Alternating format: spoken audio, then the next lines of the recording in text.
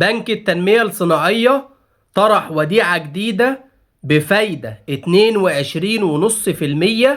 وكمان المدة على الوديعة دي لمدة 1.5 سنة فقط. فتابعونا بقى للآخر لمعرفة جميع تفاصيل الوديعة.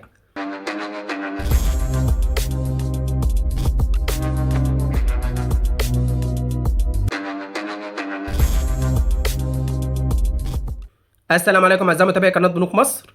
خلونا بقى نخش في موضوع حلقتنا على طول، وزي ما متابعين مع حضراتكم ومدين اولويه للاستثمارات اللي هي قصيره الاجل لمده سنه، سنه ونص، سنتين بالكتير، عشان ده بقى الاتجاه لاغلب الناس في الفتره الاخيره.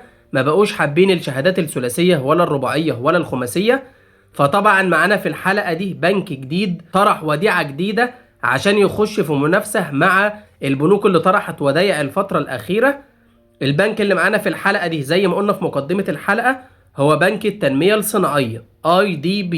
البنك صاحب حساب حصالة، الحساب المشهور جدا واللي اغلب الناس فاتحاه في الوقت الحالي، وبالمناسبة مازال زي ما هو في الوقت الحالي بفايدة يومية 15% بحد ادنى 5000 جنيه. طيب تفاصيل الوديعة الجديدة: هي وديعة لمدة 18 شهر لمدة 1.5 سنة فقط، متاحة بالجنيه المصري فقط مش بأي عملة تانية، ومتاحه للافراد ومتاحه للشركات، بحيث لو انت فرد عادي تقدر تعملها.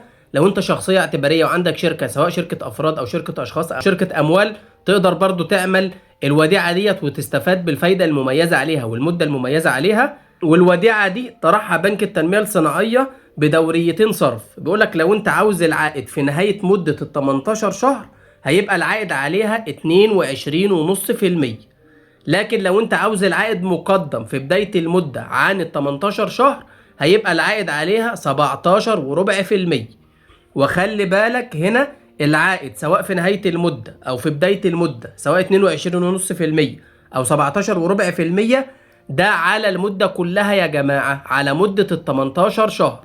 طبعا احنا عارفين ودايما بنقول النقطة ديت ان اي عائد بتقالك هو عائد سنوي، وبعد كده بتقسم على الدوريه. لكن ده الاتجاه الاخير لاغلب البنوك، ان هي بقى تطرح وديعه او شهاده لمده 1.5 سنة ويعمل لك العائد على المده كلها.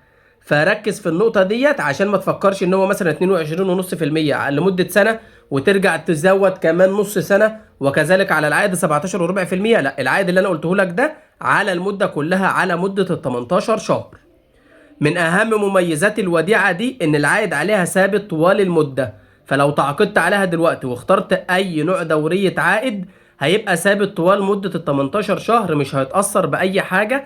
حتى لو حصل تخفيض بعد كده سواء من البنك المركزي او من بنك التنمية الصناعية نفسه حتى على الوديعة دي.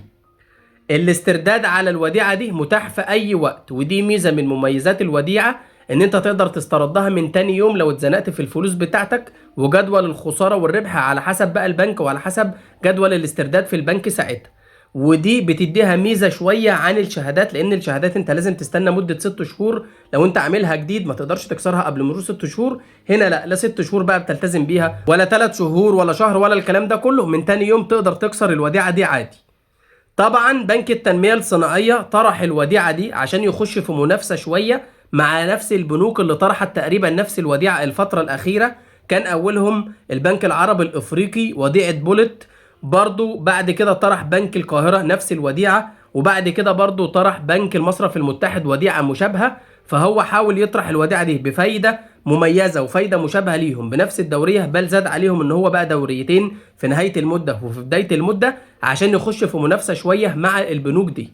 فدي كده تفاصيل الوديعة الجديدة من بنك التنمية الصناعية. وبكده نكون وصلنا لنهاية الحلقة، ونشوفكم ان شاء الله في حلقات جديدة. شكرا.